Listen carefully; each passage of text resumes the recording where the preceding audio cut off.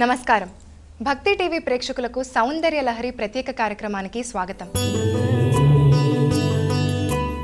సౌందర్య లహరిలోని శ్లోకాలను మనకు వివరించడానికి మనతో ఉన్నారు మధుర భారతి ఆచార్య మల్లాప్రగడ శ్రీమన్నారాయణమూర్తి గారు. సౌందర్య లహరి శ్లోకాలను వారి ద్వారా తెలుసుకుందాం. నమస్కారం గురుగారు. దేవి కటాక్ష సిద్ధిరస్తు. ఇప్పుడు 14వ శ్లోకం పాడి వినిపిస్తాను గురుగారు. క్షితౌ షట్పంచాశద్ ద్విసమధిక పంచాశదుదకే హుతాసే ద్వాషష్టిః చతురధిక పంచాశదనిలే దివి ద్విష్టత్రింశన్మనసి చ చతుషష్టిరితి ఏ మయూఖాస్తేషామప్యుపరి తవ పాదాంబుజయుగం. శ్రీమాత్రే నమః. సౌందర్యలహరిలో 14వ శ్లోకంలో ఆదిశంకరులు సాధకుని యొక్క దివ్య దేహంలో అనేకమైన ప్రదేశాలు ఏమిటి? దివ్య దేహం నిండా అమ్మవారి యొక్క దివ్యమైన తేజస్సు కాంతి కిరణాల రూపంలో ఆవరించి ఉంటుంది అనే విషయాన్ని చెప్పారు. గతంలో మనం సాధకుని దేహంలో మూలాధారం అనే పేరుతో వెన్నెముక ప్రారంభమయ్యే ప్రదేశంలో ఒక శక్తి ఉంటుందని, ఒక శక్తి కేంద్రం ఉంటుందని, అక్కడ కుండలిని అనే పేరు కలిగిన శక్తి ఊర్ధ్వ దిశగా క్రమంగా పైపైకి ప్రయాణిస్తుందని, మూలాధారం, మణిపూరం, స్వాధిష్టానం, అనాహతం, విశుద్ధి, ఆజ్ఞా చక్రాలను దాటి సహస్రార కమలానికి చేరుతుందని మనం చెప్పుకున్నాం. అంటే వరుసగా ఈ మజిలీలన్నీ ఉన్నాయి. ఈ అన్ని మజిలీల్లోనూ అన్ని ప్రదేశాల్లోనూ అమ్మవారి యొక్క పాదపద్మాల నుండి వెలువడుతున్న కాంతి కిరణ సముదాయం ప్రసరిస్తుంది అన్నారు ఈ 14వ శ్లోకంలో. క్షితౌ షట్పంచాశత్ ద్విసమధిక పంచాశదుదకే. క్షితౌ, క్షితి అంటే భూమి.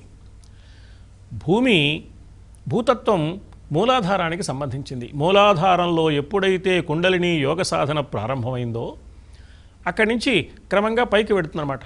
మూలాధారైక నిలయ బ్రహ్మగ్రంథి విభేదిని. ఎప్పుడైతే ఆ విభేదం జరిగిందో, కుండలిని ప్రయాణం ప్రారంభమైందో, షట్పంచాశత్ 56 కిరణాలు సాధకుని యొక్క దివ్య దేహంలో మూలాధార ప్రాంతం మీద ప్రసరిస్తాయి అమ్మవారి యొక్క పాద పద్మాల నుంచి. ద్విసమధిక పంచాశదుదకే. తర్వాత మణిపూర స్థానం, 2 మజిలీలు దాటిన తర్వాత మణిపూర స్థానం, నాభిస్థానం, అక్కడ ఏముంటుంది అంటే అది జలతత్వానికి సంబంధించింది. అందుకని ఉదకే అన్నారు.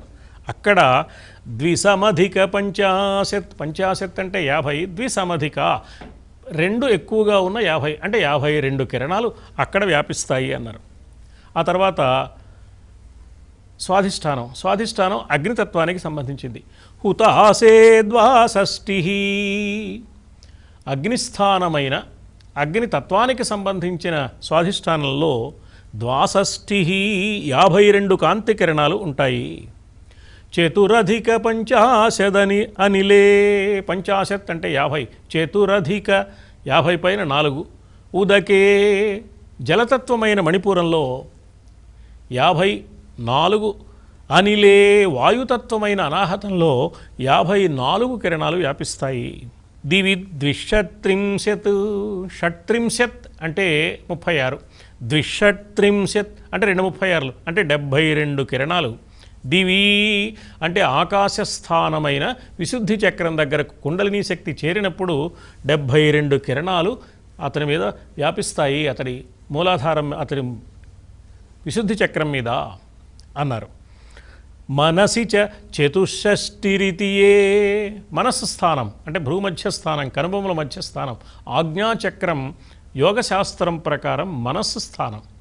ఈ మనస్సు స్థానం వరకు గనక కుండలిని శక్తిని పైపైకి ఊర్ధ్వ దిశగా నడిపించుకుంటూ వచ్చాడు ఆ సాధకుడు. అక్కడ దాకా వచ్చాక ఏం జరుగుతుంది అంటే పంచాశత్ మనసి చ చతుషష్టిరితి, మనసి చతుషష్టిరితి అక్కడ 64 కిరణాలు అమ్మవారి పాదపద్మాల నుంచి ప్రసరించి సాధకుని యొక్క ఆజ్ఞాచక్రం మీద భ్రూమధ్య స్థానంలో మనస్స్థానం మీద వ్యాపిస్తాయి సుమా.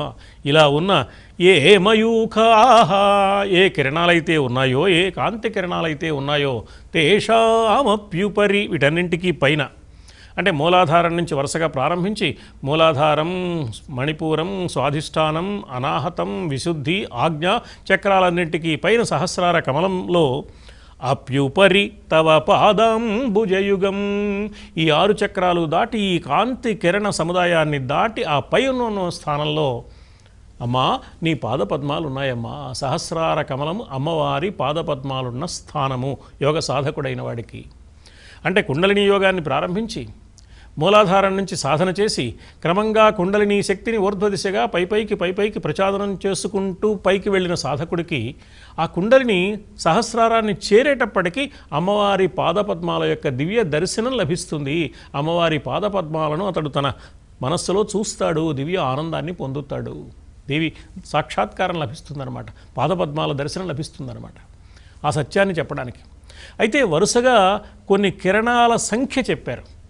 ప్రారంభం నుంచి మూలాధారం నుంచి వరుసగా ఓ చోట 56 కిరణాలు, ఓ చోట 54 కిరణాలు, ఓ చోట 42 కిరణాలు, ఓ చోట 72 కిరణాలు, ఇలా వరుసగా చెప్పుకుంటూ వచ్చారు.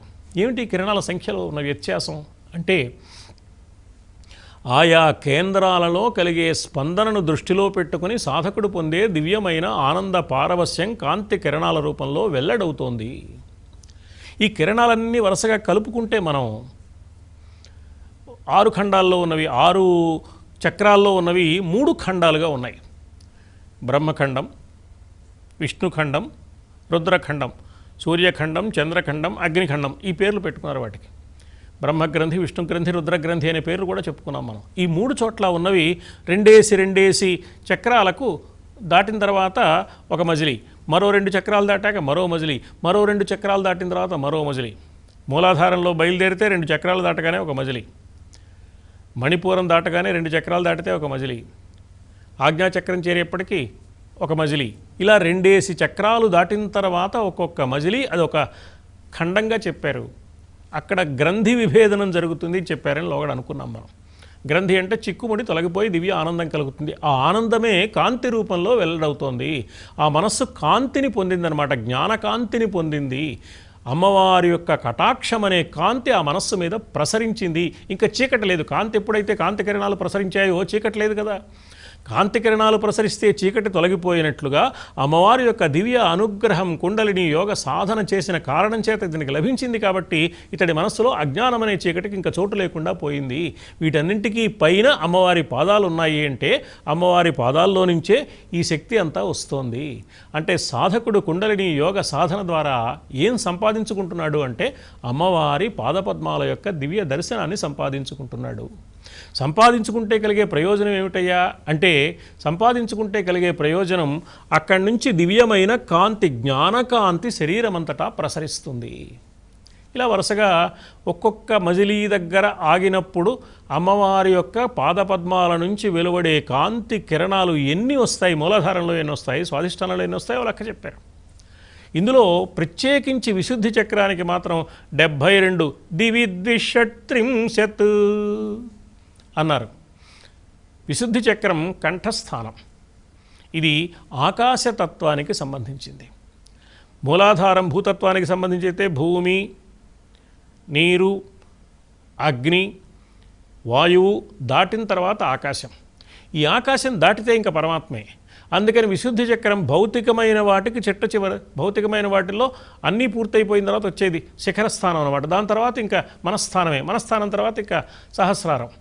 అందువల్ల ఇక్కడ దీనికి ప్రాధాన్యం చాలా ఉంది. అమ్మవారి యొక్క దివ్య అనుగ్రహం ఫలించినందువల్ల ఆ సాధకుడికి సహస్రార కమలంలో అమ్మవారి దివ్య దర్శనం ఎప్పుడైతే లభించిందో, అమ్మవారి పాదపద్మాలు ఎప్పుడైతే చూడగలిగాడో, ఆ పాదపద్మాల నుంచి మొన్న మనం చెప్పుకున్నాం, సుధాసారాభివర్షిణి, అమృతపు జడివాన కురుస్తుంది.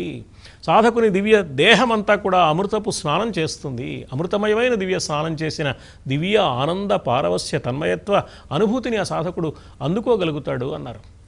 అందుకని ఈ సాధకుని శరీరంలో 72,000 నాడులు ప్రధానంగా ఉన్నాయని చెప్తారు. ఆ ప్రధానమైన నాడులు కంఠానికి, కంఠం ద్వారా పైన ఉన్న శిరస్సుకి చేసే ప్రయాణ మార్గం కాబట్టి విశుద్ధి చక్రం.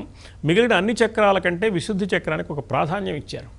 అందుకని ఇక్కడ సాధకుని దివ్యదేహంలోని 72,000 నాడులు ప్రధానంగా కంఠస్థానంలో ఉండేవన్నీ కూడా పునీతమవుతాయి, పరిపూతమవుతాయి. అమ్మవారి యొక్క పాదపద్మాల నుంచి వెలువడుతున్న కాంతి కిరణ ప్రవాహంలో అవన్నీ మునకలు వేస్తాయి. దివ్య ఆనంద పారవస్యాన్ని అనుభవిస్తాడని చెప్పడానికి ఆ 72,000 నాడులకు సంకేతంగా 72 కిరణాలు అని చెప్పారు. దివి ద్విషట్త్రింశత్ అంటే ఏమన్నమాట, సహస్రార కమలం వరకు సాధకుడు తన కుండలిని యోగాన్ని ఊర్ధ్వదిశగా ప్రచోదనం చేయించుకోగలిగితే అక్కడికి వెళ్ళాక ఏం జరుగుతోంది అంటే సహస్రార కమలాన్ని చేరిన సాధకుడు దివ్యమైన ఆనంద పారవస్యాన్ని అనుభవిస్తాడు. అతడి శరీరంలోని అన్ని కేంద్రాలు, అన్ని చక్రాలు, ఆ సాధకుడి దివ్య దేహమంతా కాంతిమయం అయిపోతుంది. ఈ కాంతులన్నీ కలిగింది అమ్మవారి పాదాలు, అంటే అమ్మవారు కలిగి ఉన్నది. అందుకనే లలితా సహస్రనామ స్తోత్రంలో అమ్మవారికి కాంతులన్నీ కలిగిన తల్లి అని ఒక నామం చెప్పారు. ప్రభావతి. ప్రభావతి అంటే ప్రభ కలిగింది. ప్రభ అంటే కాంతి. కాంతి కలిగిన తల్లి. ఒక కాంతి కాదయ్యా, ఎన్నో రకాల కాంతి కిరణాలు అమ్మవారి పాదాల్లో ఉన్నాయి. ఆ పాదాల్లో ఉన్న కాంతి కిరణాలే సాధకుని దివ్యదేహంలో వివిధ ప్రదేశాల్లో ఆ సాధకుడు యోగ సాధన చేసి ఆ మజిలీని దాటే వేళకు ప్రసరిస్తున్నాయి అక్కడ అనే మాట చెప్పారు. ప్రభావతి అంటే ఈ కాంతి కిరణాలన్నీ కలిగింది అమ్మ. అంతేకాదు అసలు ఈ కాంతి ఆమె స్వరూపమే సుమా. అందుకని ప్రభావతి నామం పక్కన వ్యాసుల వారు లలితా సహస్రంలో ప్రభారూపా, కాంతి ఆమె స్వరూపమే. ఏం కాంతి అంటే జ్ఞానకాంతి, యోగ కాంతి, వైరాగ్య కాంతి, భగవత్ కటాక్ష కాంతి. ఆ దివ్యమైన కాంతి సాధకుని శరీరమంతా ప్రసరిస్తుంది. అమ్మ అనుగ్రహం ఎప్పుడైతే సంపాదించుకోగలిగాడో అని చెప్పడానికి ప్రభావతి, ప్రభారూప అనే 2 నామాలలో ఉన్న ప్రభ ఏమిటో వివరిస్తూ ఆదిశంకరులు ఈ 14వ శ్లోకంలో క్షితౌ షట్పంచాశత్ అనే ఈ శ్లోకంలో ఆ చక్కని వివరణ మనకు అనుగ్రహించారు. ఎంతో చక్కగా చెప్పారు గురుగారు. ఇప్పుడు నేను 15వ శ్లోకం పాడి వినిపిస్తాను. శరజ్యోత్స్నా శుద్ధాం శశియుతజటాజూటమకుటాం వరత్రా సత్రాణస్ఫటిక ఘటికా పుస్తకకరాం సకృన్నత్వా నత్వా కథమివ సతాం సన్నిధదతే మధుక్షీరద్రాక్ష మధురి మధురీణాః భణితయః. సౌందర్యలహరి స్తోత్ర కావ్యంలో 15వ శ్లోకంలో ఆదిశంకరులు ఒక చక్కని విశేషాన్ని మనకు అనుగ్రహించారు. శరజ్యోత్స్నా శుద్ధాం శశియుతజటాజూటమకుటాం వరత్రాసత్రాణ స్ఫటిక ఘుటికా పుస్తకకరం సకృన్నత్వా నత్వా కథమివ సతాం సన్నిదధతే మధు క్షీర ద్రాక్షా మధురి మధురీణా ఫణితయ. అమ్మవారిని వాగ్దేవతగా ఆరాధించడానికి కావలసిన ఒక విధానాన్ని చెప్పారు. అంటే అమ్మవారి అనుగ్రహాన్ని సంపాదించుకుని మానవుడు పొందే ప్రయోజనాల్లో ఒక ప్రయోజనం ఏమిటి అంటే ప్రధానమైన ప్రయోజనం సారస్వత ప్రయోజనం. సాహిత్యం లభిస్తుంది, విద్య లభిస్తుంది, విద్య ద్వారా లభించే గొప్ప జ్ఞానం లభిస్తుంది. విద్యా జ్ఞానము లభిస్తే ఆ వ్యక్తి ఇంకా పతనం కాడు. విద్య అంటే కేవలం పాండిత్యం కాదు, విద్య అంటే కేవలం డిగ్రీలు సర్టిఫికెట్లు కాదు. విద్య అంటే సత్యాన్ని గుర్తించి ఆ గుర్తించిన సత్యాన్ని గుండె నిండా నింపుకుని దాని ప్రకారమే జీవితం అంతా ప్రవర్తించడం. అలా ఉన్న సాధకుడు ఎప్పుడు పతనం కాడు. అందుకని ప్రధానంగా అమ్మవారి అనుగ్రహం వల్ల పొందవలసిన ప్రయోజనాల్లో ముఖ్యమైనది విద్య కాబట్టి అమ్మని సరస్వతీ స్వరూపంగా భావించి సారస్వత ప్రయోగానికి వీలుగా అమ్మను ఎలా ఆరాధించాలి, ఆరాధిస్తే కలిగే ప్రయోజనం ఏమిటి, ఆ విశేషాలు ఈ 15వ శ్లోకంలో చెప్పారు. అమ్మ ఎలా ఉంటుంది ధ్యానమూర్తిగా అంటే ఒక్కొక్క ప్రత్యేకమైన ప్రయోజనం పొందడానికి అమ్మవారిని ఒక్కొక్క విధంగా భావించి ధ్యానం చేయాలి. ధ్యానమూర్తి అంటారు. ధ్యానం అంటే మనస్సులో అమ్మవారిని చూడడం. ఆ చూసినప్పుడు అమ్మవారు ఏ రూపంలో కనపడుతుంది, ఏ రూపంలో కనపడుతున్న అమ్మవారిని మనస్సులో చూచి ధ్యానించాలి అది చెప్పారు. ఈ సారస్వత ప్రయోగంలో సాహిత్యం రావడానికి, విద్య రావడానికి, మంచి వాగ్వైభవం రావడానికి అమ్మవారిని ఎలా ఆరాధించాలి, ఏ రూపంతో ఆరాధించాలి అంటే శరజ్యోత్స్నాశుద్ధాం శశియుతజటాజూటమకుటాం. అమ్మ ఎలా ఉంది అంటే శరజ్యోత్స్నాశుద్ధాం, శరత్కాలంలో వెన్నెల చాలా తెల్లగా ఉంటుంది, చల్లగా ఉంటుంది, ఏ విధమైన మచ్చ లేకుండా ఉంటుంది, మబ్బు తొనక లేకుండా ఉంటుంది, కళంకం లేకుండా ఉంటుంది, పూర్తిగా తెల్లగా ఉంటుంది. సరస్వతీదేవిని వర్ణిస్తూ మన పెద్దలు సర్వశుక్లా సరస్వతి అన్నారు. అంటే అంతా తెల్లగా ఉంటుంది. అంటే అంతా తెల్లగా ఉంటుందంటే పరిపూర్ణమైన సత్వగుణ సంభరితంగా ఉంటుంది. విద్య వల్ల ఏం లభిస్తుంది అంటే మనకి సత్వగుణం పెరుగుతుంది. సత్వగుణం పెరిగితే మానవుడు అహంకారానికి లోపడకుండా, అజ్ఞానంలో పడిపోకుండా పద్ధతి అయిన ప్రవర్తన కలిగిన వాడుగా ఉంటాడు. విద్యకు పరమ ప్రయోజనం అది. కాబట్టి సంకేత రూపంలో గుర్తు కోసం విద్యను ప్రసాదించే దేవతగా సరస్వతిగా అమ్మవారు ఉన్నప్పుడు ఆమె సర్వశుక్ల తెల్లగా ఉంటుంది, ఆమె వస్త్రాలు తెల్లగా ఉంటాయి, ఆమె తెల్లని పూలు ధరించి ఉంటుంది. ఇలా మొత్తం అంతా తెల్లగా ఉందని వర్ణించారు. ఈ తెల్లని రంగు సత్వగుణానికి సంకేతం తప్ప ఒట్టి తెల్లని రంగని కాదు. అందుకని ఆ తెల్లని రంగు ఎలా ఉంది అంటే శరజ్యోత్స్నాశుద్ధాం, శరత్కాలం నాటి వెన్నెల వెలుగులతో సమానమైన స్పష్టమైన స్వచ్ఛమైన ఏ విధమైన మచ్చ లేని తెల్లని వెలుగు. ఆ తర్వాత అమ్మవారు ఏం చేసింది అంటే జటాజూటం పెట్టుకుంది. ఆ జటాజూటంలో ఓ చిన్న నెలవంకని తురుముకుంది. శశియుత జటాజూటమకుటం, శశియుత చంద్రుడితో కూడిన నెలవంకతో కూడిన జటాజూటాన్ని ఒక మకుటం వలె ధరించింది. ఒక కిరీటంలాగా అమ్మవారు పెట్టుకుంది. శశియుత జటాజూటమకుటం. ఇక 4 చేతులు ఉన్నాయి అమ్మవారికి. ఈ 4 చేతుల్లో 4 రకాల ఆయుధాలు ధరించి ఉంది. 2 రకాల ముద్రలు చూపిస్తోంది, ఆయుధాలు ధరించి ఉంది. ఒక చేత్తో వరాలిస్తాను అని చూపిస్తోంది. త్రాసత్రాణ, భయాన్ని పోగొడతానని అభయం చూపిస్తోంది. సాధారణంగా అమ్మవారి మూల రూపానికైతే అభయవరద ముద్రలు లేవు అని 4వ శ్లోకంలో చెప్పారు. ఇక్కడ ప్రత్యేకమైన ధ్యానమూర్తిగా భావిస్తున్నారు కాబట్టి ఈ రూపం అమ్మవారి అలంకారాల్లో మరొక రూపం అన్నమాట. మనకి దసరా రోజుల్లో ఒకే అమ్మవారిని ఒక్కొక్క రోజు ఒక్కొక్క అలంకారం చేస్తారు. అలాగా అమ్మవారి యొక్క అంశస్వరూపంగా ఉన్న సరస్వతికి ఈ ప్రత్యేకమైన రూపంలో వరముద్ర అభయముద్ర 2 చేతుల్లో ఉన్నాయి. అందుకని త్రాసత్రాణ, త్రాసం అంటే భయం, త్రాణం అంటే రక్షించడం. భయం నుంచి రక్షిస్తాను, మీరు భయపడవలసిన అవసరం లేదు. ఏ విధమైన భయము నా భక్తులైన వారికి కలగకుండగా నేను చూస్తూ ఉంటాను సుమా అని చెప్పడానికి అభయముద్ర, వరముద్ర అభయముద్ర. ఇక 2 చేతులు అయ్యాయి.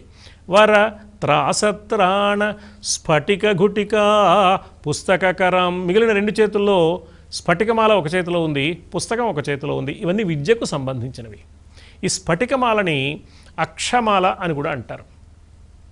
అక్షమాల అంటే అక్షరాల సముదాయం అన్నమాట. అకారం నుంచి క్ష వరకు అక్షరాలు ఉంటాయి మనకి. ఆ నుంచి క్ష వరకు, ఆ నుంచి క్ష వరకు ఉండే అక్షరాలన్నీ ఒక మాలగా చేతిలో ఉండడమే అక్షమాల ధరించడం అంటే.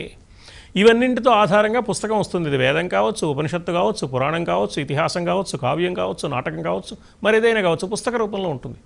అందుకని అక్షమాల ఒక చేత్తో, పుస్తకం ఒక చేత్తో ధరించింది. ఒక చేత్తో వరముద్ర, ఒక చేత్తో అభయముద్ర చూపిస్తోంది. వరత్రాసత్రాణ స్ఫటిక ఘుటిక పుస్తకకరం. ఇలాంటి తల్లిని ఆరాధించాలి. ఎప్పుడు ఆరాధించాలండి? సాధారణంగా ఎవరైనా దేవతామూర్తిని ఆరాధించాలంటే ఎన్నిసార్లు చేయాలండి ఈ మంత్రం, ఈ పారాయణ ఎన్ని రోజులు చేయాలి, రోజుకి ఎంతసేపు చేయాలి, ఇవన్నీ అడుగుతూ ఉంటాం మనం. ఎంత తొందరగా అయిపోతే అంత మంచిదని.